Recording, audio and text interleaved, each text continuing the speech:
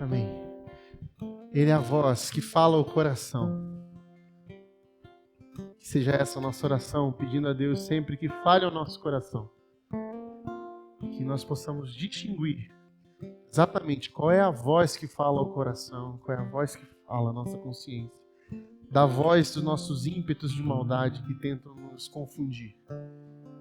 Ele é a voz que fala ao nosso coração, que nos guia por esse mundo mau, a semearmos beleza, justiça e bondade por onde formos. Essa é a igreja de Jesus para o fim do mundo. E essa é a série que nós estamos estudando, que nós estamos vendo, observando, aprendendo, reaprendendo em cima do livro de Atos, o livro que o apóstolo Lucas escreveu e que chegou até nós.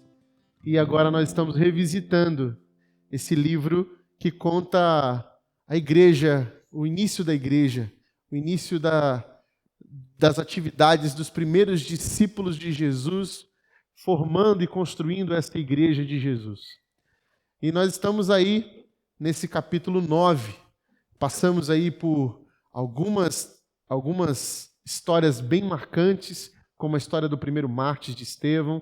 Já vimos também a história de Pentecostes, a igreja que começa a se reunir. Depois, quando o Estevão morre e se dá a primeira perseguição, então, mais contundente aos cristãos, e os cristãos, então, são dispersados. Há essa ruptura dentro do judaísmo, com o evangelho, com o judaísmo, e a gente começa a perceber que o evangelho vai chegando a lugares bem distantes, graças a esse momento de perseguição. Então, nós começamos a observar ali que há surgindo personagens novos, né? Nós vimos aí até a primeira temporada dessa nossa série, vimos aí que aparece já Saulo, o personagem da nossa mensagem de hoje, um dos principais personagens que vamos ver. Depois de hoje, então, ele aparece bastante vezes ainda, nós vamos ver muito esse nome, e já no seu nome também, depois de convertido, Paulo. Como é essa jornada de Saulo a se tornar Paulo? Nós vamos ver tudo isso. Nós, no capítulo anterior, falamos um pouco sobre Filipe chegando a Samaria e que pregou o evangelho para aquele povo, o povo recebeu, se converteu. Falamos de Simão, o feiticeiro, que parece ter se convertido, né? As pessoas ficam achando que ele havia se convertido, mas na verdade seu coração era cheio de amargura, buscando novos ídolos e interessado em poder para continuar enganando as pessoas. Depois disso, nós vimos que Filipe saiu dali.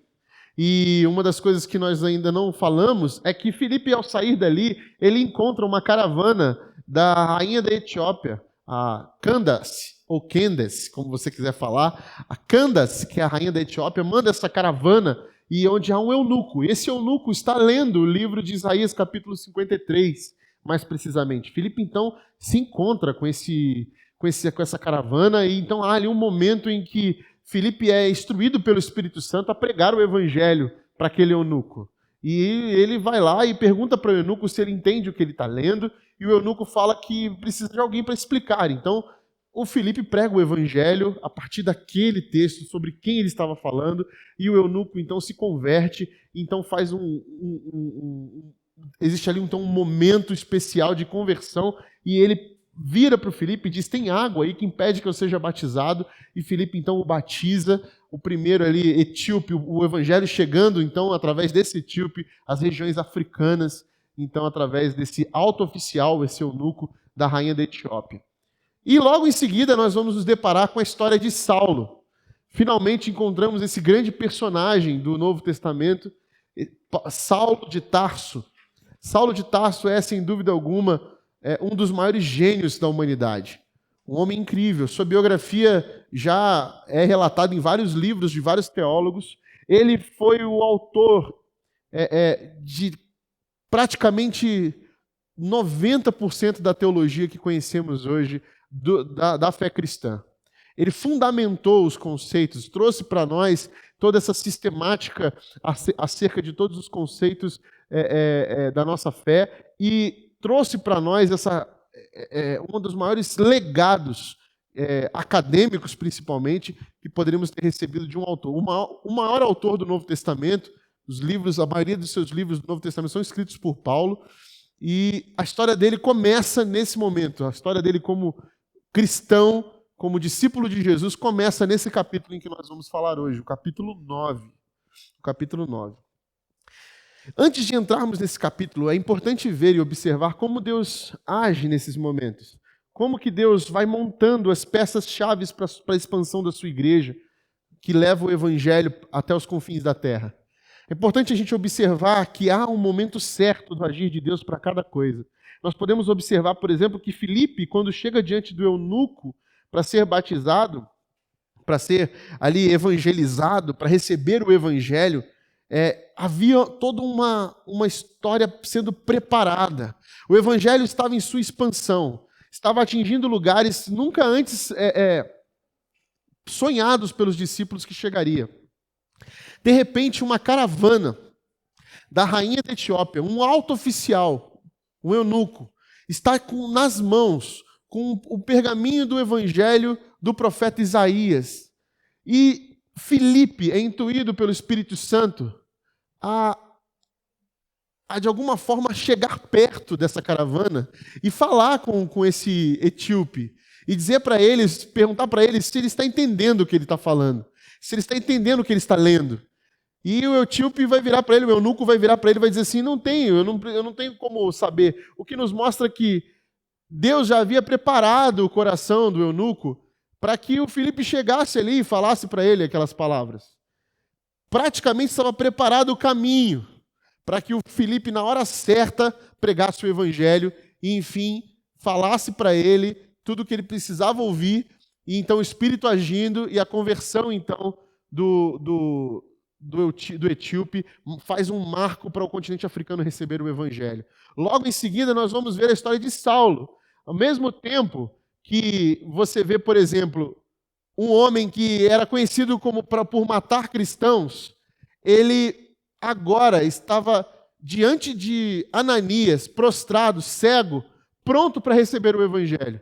Havia todo momento, a gente se pergunta, poxa, imagina se você pregasse o evangelho para Saulo antes de que ele tivesse recebido a visão de Jesus, recebido Jesus, encontrado com Jesus no meio do caminho. Provavelmente Ananias ou qualquer outro que tentasse pregar o evangelho para ele seria morto, porque era isso que Saulo fazia.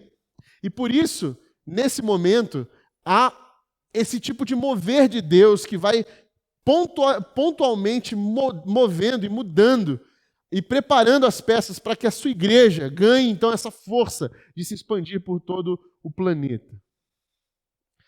Agora nós chegamos, então, a essa história de conversão. E é interessante a gente pensar que há um texto desse na narrativa de Lucas que faz com que a gente encontre os principais parâmetros para a gente entender o que é essa conversão. Me parece que há uma didática, uma pedagogia em cima desse texto que nos mostra como um cristão recebendo a Jesus, recebendo o Espírito Santo, dá os seus sinais de conversão. Então ali mostra, então ali nesse texto, os principais pontos que a gente vai começar a compreender como é o agir do Espírito Santo na igreja de Jesus para essas pessoas que vão se convertendo. Até aqui nós nos deparamos com algumas dúvidas.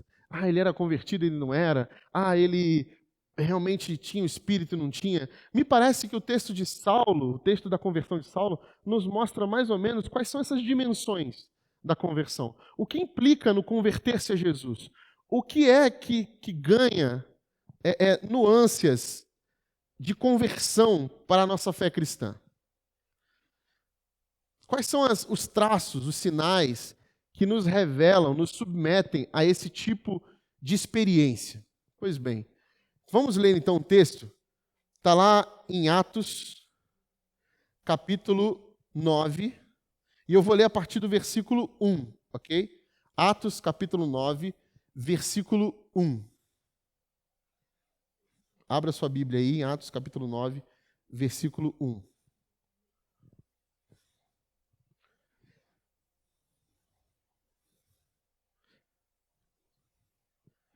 Enquanto isso, Saulo ainda respirava ameaças de morte contra os discípulos do Senhor. Dirigindo-se ao sumo sacerdote, pediu-lhes a carta para as sinagogas de Damasco, de maneira que, caso encontrasse ali homens ou mulheres pertencessem ao caminho, pudesse levá-los presos para Jerusalém. Muito bem, a gente está vendo aqui nesse início que Paulo está completamente enfurecido. Diz a Bíblia que ele respirava ameaças de morte, ou seja, ele estava cuspindo fogo, ele estava doido para pegar os cristãos. Então ele diz assim, ó, eu vou atrás desses caras, esses discípulos de Jesus, vou prendê-los, vou matá-los, vou consentir em suas mortes. E aí ele vai atrás do sumo sacerdote, pede inclusive carta de autorização da sinagoga de Damasco, para que ele pudesse, se encontrasse alguns pertencentes ao caminho, ele fosse lá atrás deles e o prendesse. É muito bom a gente ressaltar aqui que essa expressão, o caminho, nós vamos ver por Atos, por livro de Atos inteiro. Era como se chamava esse movimento dos discípulos de Jesus, o caminho. Então, Paulo já está muito ali nervoso com esse movimento e está doido para achar cristãos para poder prendê-los e matá-los até. Em sua viagem, quando se aproximava de Damasco, de repente brilhou ao seu redor uma luz vinda do céu. Ele caiu por terra e ouviu uma voz que dizia, Saulo, Saulo, por que você me persegue? Saulo perguntou, quem és tu, Senhor? Ele respondeu, eu sou Jesus, a quem você persegue. Levante-se, entre na cidade, alguém dirá o que você deve fazer. Os homens que viajavam com Saulo pararam emudecidos, ouviam a voz, mas não viam ninguém. Saulo levantou-se do chão e, abrindo os olhos, não conseguia ver nada. E os homens o levaram pela mão até Damasco. Por 3 dias ele esteve cego e não comeu e nem bebeu. Em Damasco havia um discípulo chamado Ananias. O Senhor o chamou numa visão. Ananias, eis-me aqui, Senhor, respondeu ele. O Senhor lhe disse, vá à casa de Judas, na rua chamada Direita, e pergunte por um homem de Tarso, chamado Saulo. Ele está orando. Numa visão, viu um homem chamado Ananias chegar e impor-lhes a mão para que o voltasse a ver. Respondeu Ananias, Senhor, tenho ouvido muita coisa a respeito desse homem e de todo o mal que ele tem feito aos teus santos em Jerusalém. Ele chegou aqui com autorização dos chefes dos sacerdotes para prender todos os que invocam o teu nome. Mas o Senhor disse a Ananias, vá, este homem é meu instrumento, escolhido para levar o meu nome perante os gentios e seus reis e perante o povo de Israel. Mostrarei a ele o quanto deve sofrer pelo meu nome. Então Ananias foi, entrou em casa, pôs as mãos sobre Saulo e disse, irmão Saulo, o Senhor Jesus que apareceu no caminho por onde você vinha, enviou-me para que você volte a ver e seja cheio do Espírito Santo. Imediatamente, algo como escamas caiu dos olhos de Saulo e ele passou a ver novamente. Levantando-se, foi batizado. Depois de comer, recuperou as suas forças. Até aí.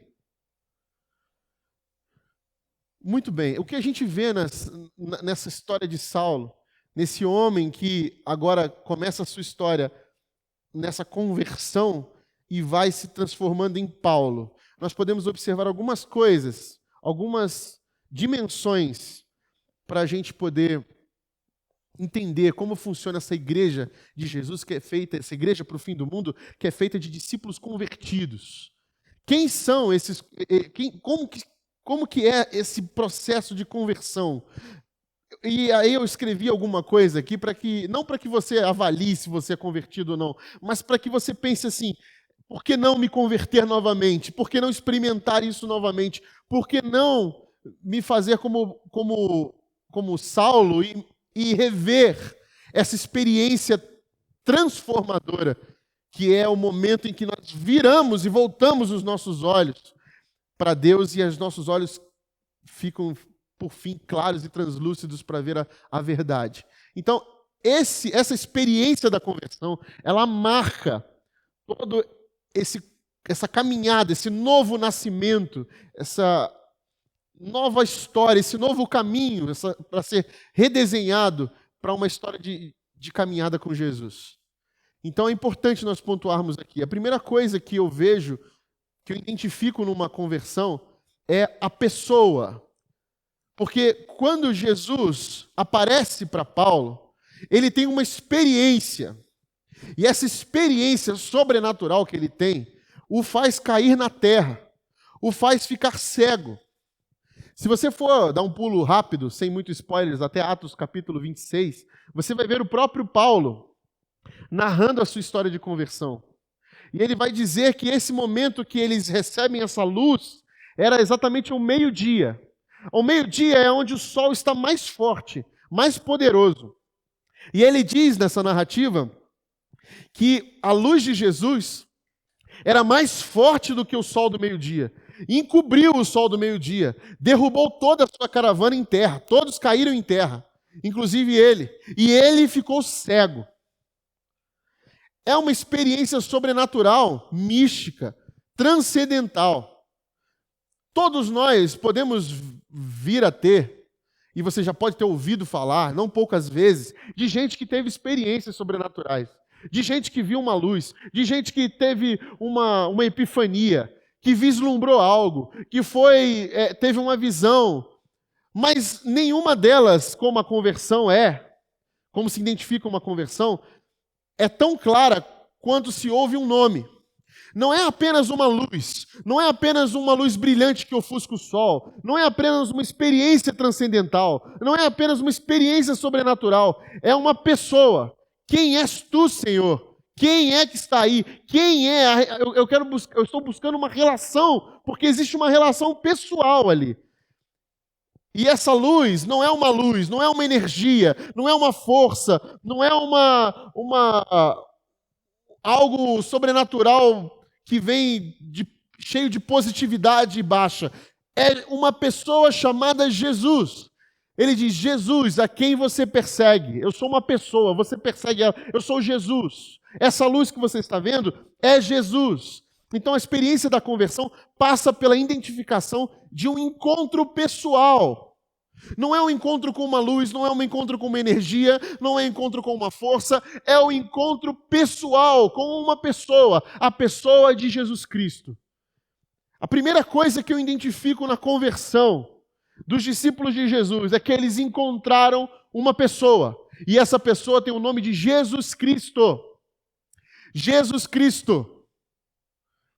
E essa pessoa, a relação com essa pessoa vai fazer toda a diferença, vai mudar completamente o jeito de caminhar, o jeito de olhar, o jeito de ver, o jeito de se relacionar com outras pessoas.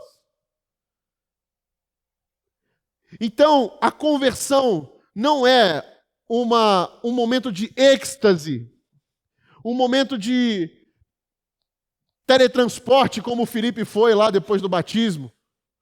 Misteriosamente é teletransportado de um lugar para o outro, ninguém sabe o que aconteceu. Não é só uma experiência sobrenatural, não é apenas algo que te promove uma expansão, não é um encontro com uma energia poderosa, não é só isso.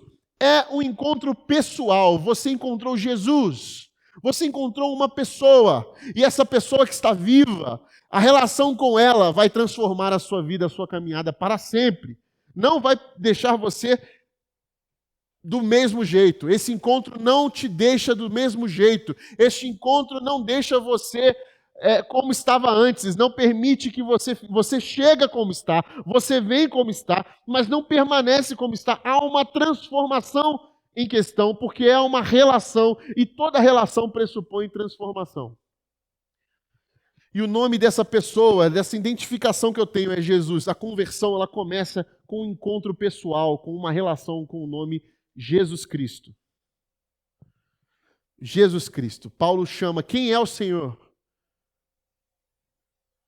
Eu sou Jesus Cristo. Eu sou Jesus quem você persegue, Saulo. E continuando, a gente começa a observar um segundo momento da conversão, que é justamente esse arrependimento. É quando eu começo a me perceber. Essa luz que me cega me faz ver quem eu sou. Essa luz que me tira a visão do físico, do tangenciável, do que põe contorno nas coisas, que tira a minha visão física, ela me dá uma visão além do que os olhos podem ver. Eu começo a me enxergar de fato quem eu sou, eu começo a me ver, eu começo a me perceber. Eu começo a perceber o que eu tenho feito, porque agora que eu encontrei uma pessoa, e essa pessoa é a verdade, eu começo a pensar em tudo que eu fiz daqui para trás, eu começo a ver como as coisas que eu fiz de maneira intransigente, de maneira fria, de maneira autoritária, egoísta, de maneira violenta, como isso tem afetado a minha caminhada, que me transformou numa pessoa que não é um ser humano completo, é uma pessoa que é completamente medíocre e que vive uma vida medíocre, mas agora, diante da vida plena, eu começo então a perceber isso, quem eu sou.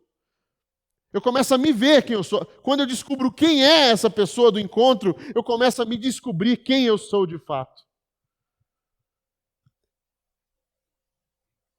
E parece que essa luz que me dá essa clara evidência, essa que me esclarece tudo, ela me cega. Porque às vezes nós precisamos fechar os nossos olhos para poder ver aquilo que não conseguimos ver com eles abertos, o que está diante do nosso nariz. Então o Saulo fica cego. E ele, diz a Bíblia, a narrativa, que ele fica cego e vai para esse lugar que é indicado por Jesus, e nesse lugar ele fica de joelhos orando. De joelhos orando. Ele cai de joelhos e está orando. Um sinal muito propício de quem acabou de ter um encontro consigo mesmo. Um sinal muito claro daquele que teve um encontro com Jesus e que agora foi revelado a si mesmo. Caiu de joelhos. Depois de cair por terra, depois de ficar cego, cai de joelhos orando, clamando por perdão. E esse clamor por perdão é muito próprio de quem se converteu, quer abandonar o que já viveu até aqui porque viu que não viveu, apenas sobreviveu. Então, o segundo movimento é: eu me arrependo e eu clamo por perdão. Eu clamo pela autoridade do sangue de Jesus que pode me limpar, que pode me purificar. Eu clamo por isso. Saulo sabia que tinha que ir para lá, porque só nesse lugar onde Jesus o indicou, ele poderia voltar a ver. Antes disso, ele está de joelhos orando.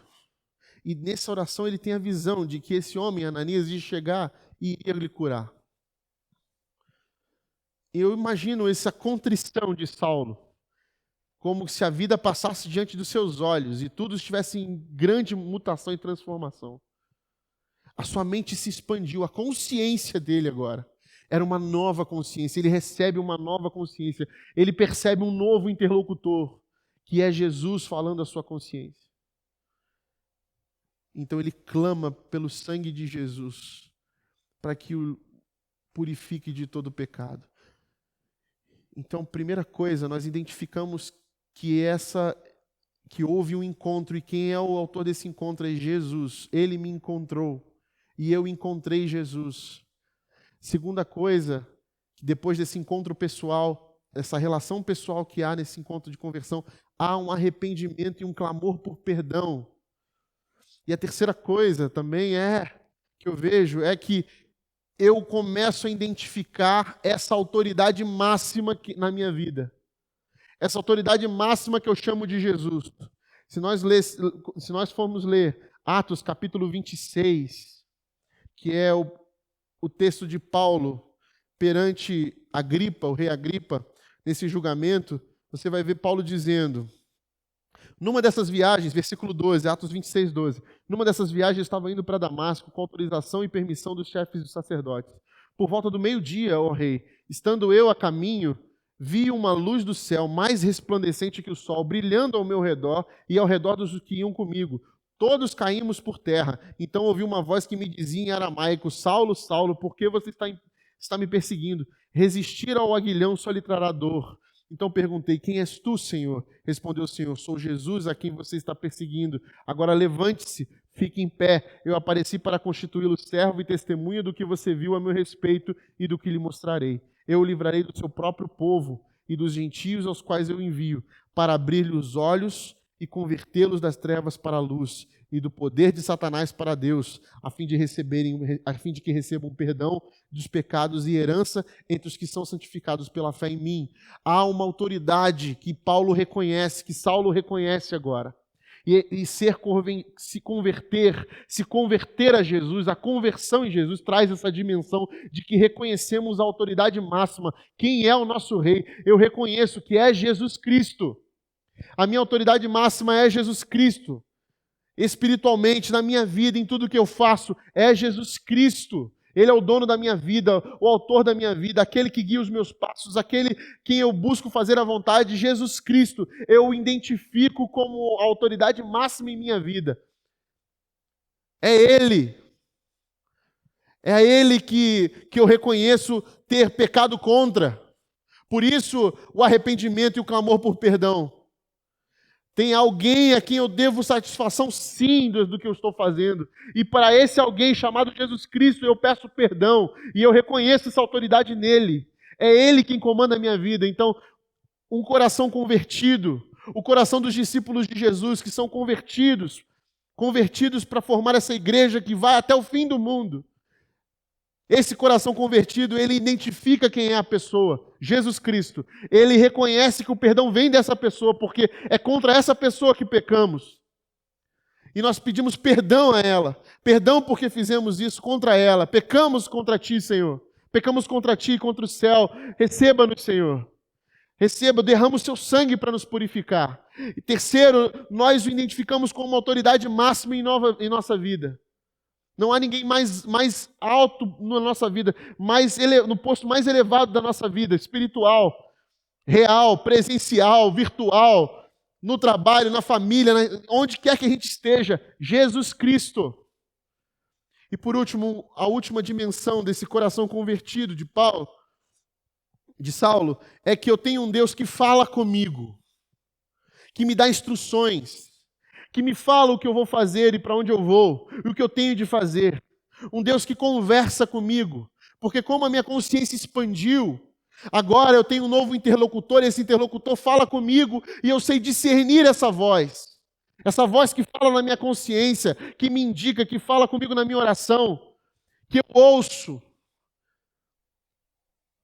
É um Deus que me orienta, que me mostra o que fazer, que me indica como fazer, que usa pessoas para falar comigo, que usa situações para falar comigo, e que fala comigo no meu quarto secreto da oração.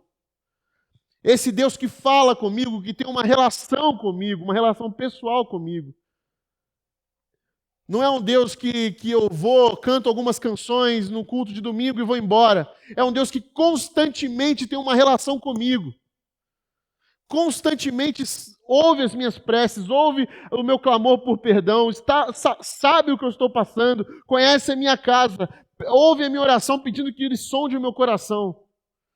É um Deus que está andando comigo. É um Deus Pai. É um Jesus amigo que tem relação pessoal e particular comigo. Pessoas convertidas. Pessoas com o coração convertido, pessoas que carregam essa luz que Saulo de Tarso viu ali e o cegou, e o transformou e o mudou. Porque o que acontece é o seguinte: quando nós percebemos a história, nós sabemos que essa voz vai pedir coisas para nós. Vai falar coisas para nós, que vão nos identificar e vão fazer com que a gente vá fazer coisas que nem sempre nós vamos gostar de fazer. Por isso, identificar pessoas convertidas, identificar pessoas que sabem para o que estão vivendo. Então, a primeira coisa que esse coração convertido, que pessoas convertidas mostram, é que elas ouvem vozes e coisas, e veem coisas. Pessoas convertidas ouvem vozes e veem coisas. Ouvem vozes porque a gente ouve essa consciência expandida. Jesus fala conosco. Deus fala conosco. Às vezes vem um pensamento na gente que a gente nem sabe de onde veio. A gente fala, é Jesus. Isso aqui não é meu. Isso aqui é Jesus que colocou. Jesus que está me impulsionando para fazer isso. É o Espírito Santo me levando a fazer isso. É Ananias recebendo a visita de Jesus, dizendo, Ananias, é o seguinte... Você vai encontrar Saulo de Tarso. E vai lá impor as mãos, orar e falar do evangelho para ele. E aí Ananias fala assim, mas peraí. Ou seja, há um diálogo. Peraí, Deus, esse Saulo aí, ele é o cara lá que mata crente, não é? É, sim. Pois é, Jesus, eu sou crente. Vai lá, Ananias, eu quero que você vá lá, confia em mim e vai lá. Há essa comunicação direta de um Deus que fala. E nós ouvimos. E não só ouvimos, vemos. Porque quando Saulo chega diante de... Quando Ananias vai para Saulo, ele sabe que Saulo está tendo visões. Que visão que Saulo teve? Orando e de joelhos, Saulo viu Ananias chegando e o curando. Nós ouvimos coisas porque ouvimos Deus suscitar fé no nosso coração o tempo todo. E nós vemos coisas porque nós vemos coisas além do que as pessoas podem ver. Aonde a gente vê caos, nós enxergamos possíveis jardins. Aonde a gente vê casamento naufragado, nós vimos casamento restaurado. Aonde nós vemos vidas escravas da mentira, nós vemos possibilidade de perdão e vidas que podem falar agora e ser soldados da verdade. Onde nós vemos onde o mundo vê ladrão, nós podemos ver pessoas redimidas e generosas. Onde o mundo vê assassino, nós podemos ver pessoas que são redimidas pelo perdão e que podem pagar pelo que fizeram, mas podem ser transformadas em pessoas que vão promover a vida. Nós conseguimos ver coisas além, porque nós somos essa igreja que percebeu que existe muito mais do que os olhos físicos podem contemplar. Então nós ouvimos coisas que os outros não ouvem, porque nós ouvimos Deus falar. Nós ouvimos Deus falar no quarto da oração, nós ouvimos Deus falar através da música cantada, nós ouvimos Deus falar através da palavra pregada, nós ouvimos Deus falar lendo a palavra de Deus, nós ouvimos Deus falar contemplando as paisagens, nós ouvimos Deus falar o tempo todo, nós estamos ouvindo. Esse povo é maluco, esse povo que fica ouvindo coisa. Nós somos esse povo que ouve coisas, coisas que vão promover em nós transformação, que vão mudar o nosso olhar. E aí a gente vai começar a ver coisas também. Ver a possibilidade de esperança no meio do caos. Nós vemos coisas, você está vendo coisa. Como que você pode olhar para isso aí e ver algo diferente? Porque nós acreditamos que a esperança é Cristo e Ele pode todas as coisas. Então nós vemos coisas e ouvimos coisas. Pessoas convertidas andam assim, crendo no impossível porque o nosso Deus é o Deus do impossível. Crendo no milagre porque o nosso Deus é Deus de milagre. Crendo nas transformações porque Jesus transforma todas as coisas e é capaz de transformar e dar novas possibilidades de começo. Inclusive converter um perseguidor, um assassino de cristão a um cristão. Um dos maiores da história responsáveis pela propagação do evangelho no mundo. A segunda coisa que pessoas convertidas fazem, elas sofrem contínuas transformações e não estão nunca concluídas. A obra do Senhor se chama eu e você. E ela nunca estará concluída de fato. Nós somos esse vaso de barro restaurado que nunca está seco, que está sempre na mão do oleiro, sendo moldado, remoldado, refeito, em transformação contínua, em crescimento, em aprendizado. Por isso somos chamados de discípulos. E discípulo nada mais é do que aprendiz, alunos, gente que aprende a vida inteira. Está o tempo todo sendo forjado, moldado, transformado. Nós devíamos andar com uma placa, desculpe, estamos em obra para melhor servi-lo. Nós somos essa obra de Deus inacabada que ainda vai chegar na sua plenitude quando o reino de Deus chegar. Nós somos essa obra inacabada, que um dia chegará na sua plenitude. Nós somos esse povo que está sendo transformado dia após dia, de glória em glória, até chegar à estatura do varão perfeito, assim que a Bíblia fala. De glória em glória, cada dia um pouco mais parecido com esse Jesus que nós seguimos. Nós somos esses discípulos. Nós somos esse povo que vai na direção de Jesus e crê que um dia após o outro nós vamos converter mais um pouquinho. Vamos converter esse seu eu aqui que ainda não está totalmente exprimido. Vamos renunciar um pouco mais desse ego que ainda está um pouquinho inflado. Vamos lá, e vamos sendo moldado, e moldado, e moldado. Nós oramos, nós cantamos, isso pega a minha vida, faz de novo. Eu quero ser um vaso novo, isso é todo dia. Todo dia, dia após dia, um dia de cada vez. Sendo forjado, moldado nas mãos deles, nas mãos de Deus, nas mãos de Jesus. E a última coisa é que pessoas convertidas, elas são instrumentos a serviço de Deus. Porque Deus fala para Ananias, vai, Ananias, porque esse Saulo de Tarso vai ser um instrumento poderoso nas minhas mãos. Nós somos esses instrumentos, essas ferramentas nas mãos do Senhor, para glorificar o nome dEle. Nós estamos a serviço.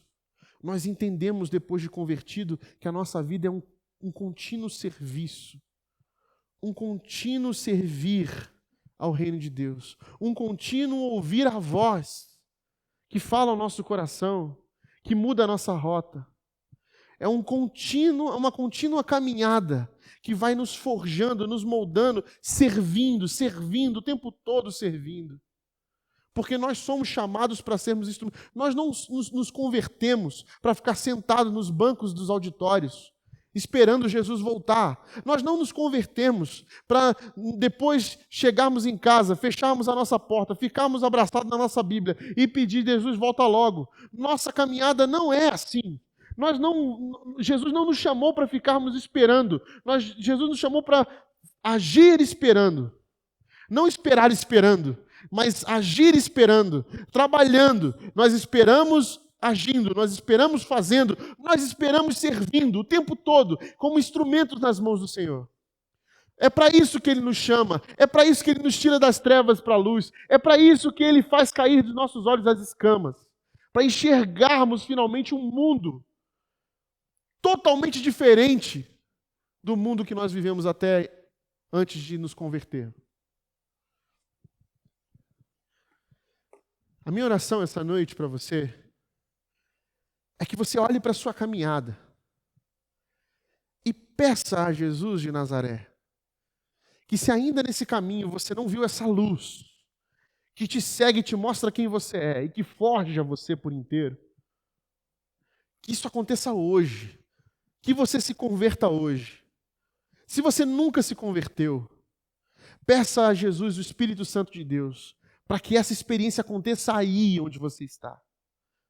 Peça ao Espírito Santo de Deus que visite o seu coração agora, para que você tenha esse encontro pessoal e você vai perguntar: quem é essa voz que está falando? Ele vai responder: eu sou Jesus. A partir daí você vai se ver, se perceber, e você vai cair de joelhos, cego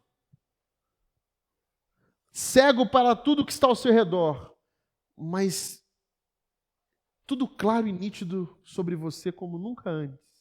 E você vai sentir uma dor de arrependimento e vai pedir perdão, porque você vai reconhecer nesse Jesus que você encontrou alguém com autoridade máxima para te curar, te perdoar e te purificar de todo mal e jogar suas transgressões no mar do esquecimento do Senhor. A partir daí você vai ouvir esse Deus, essa consciência que fala conosco claramente no seu coração. E vai mandar você fazer coisas que talvez você não goste. Se você pudesse perguntar para Paulo hoje, Paulo, teve alguma coisa que Jesus mandou você fazer que você não gostou? Ele vai dizer: nossa, muitas coisas. E você se arrepende de alguma delas? Ele diria: não, de nenhuma. Por que eu sei isso? Porque está escrito. Ele escreveu. Ananias provavelmente não queria ir lá falar com Saulo. Talvez estivesse com medo, afinal Saulo era assassino de cristão. Mas a voz falou com ele. Jesus falou com ele, falou: vai lá, Ananias. Filipe ouviu a voz de Jesus e falou: Filipe, vai lá falar com o eunuco. Porque Deus trabalha enquanto a gente dorme, e quando a gente acorda. Deus já trabalhou tarde de manhã, e agora as coisas estão potencialmente a nosso dispor para a gente fazer parte do que Deus está fazendo no mundo. A igreja de Jesus é formada por gente que ouve Deus e vê coisas além do que os olhos podem ver. A igreja de Jesus reconhece esse perdão no sangue de Jesus que está vivo, mas que derramou esse sangue por nós numa cruz e agora vive, e agora fala conosco. Reconhece essa autoridade máxima que nos move para frente, que nos faz andar e que nos dá tranquilidade de saber a quem pertencemos. Pessoas convertidas ouvem essa voz, veem as coisas além do que os olhos podem ver. Pessoas convertidas, elas sabem para onde vão. Porque o caminho que abre para elas é um caminho de transformação contínua. Elas sabem que nunca estarão completas até que venha o Senhor Jesus. Pessoas convertidas sabem que estão em constante modelação nas mãos de Jesus, acertando as arestas, sendo moldadas para a vontade dele ser feita, aqui na terra como é no céu. Pessoas convertidas são instrumentos de serviço, forjados pelo próprio Deus. Nós somos esses instrumentos para a glória de Deus, feitos e chamados das trevas para servir os nossos irmãos, para servir a imagem e semelhança de Deus que está em todo lado, para servir o mundo em que nós estamos. Somos instrumentos de serviço, fazendo a obra dele e tendo o privilégio de fazer parte do que ele está fazendo no mundo.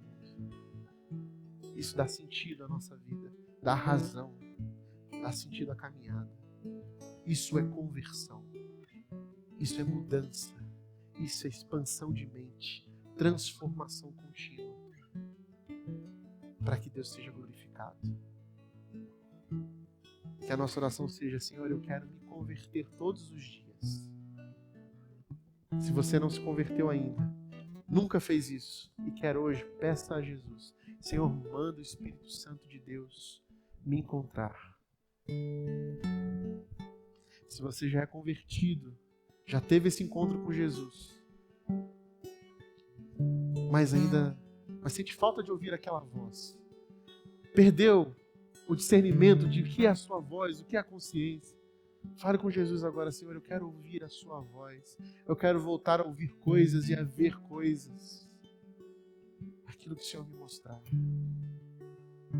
E se você continua firme na caminhada, continua pedindo para Deus: Senhor, que o Senhor me converta dia após dia para a sua glória. Dia após dia, mantenha viva essa chama acesa, essa vontade de servir, até o final desse caminho, quando iremos todos juntos cantar para a glória de Deus, que o reino de Deus chegou. Amém. Deus nos abençoe. Que Deus te abençoe.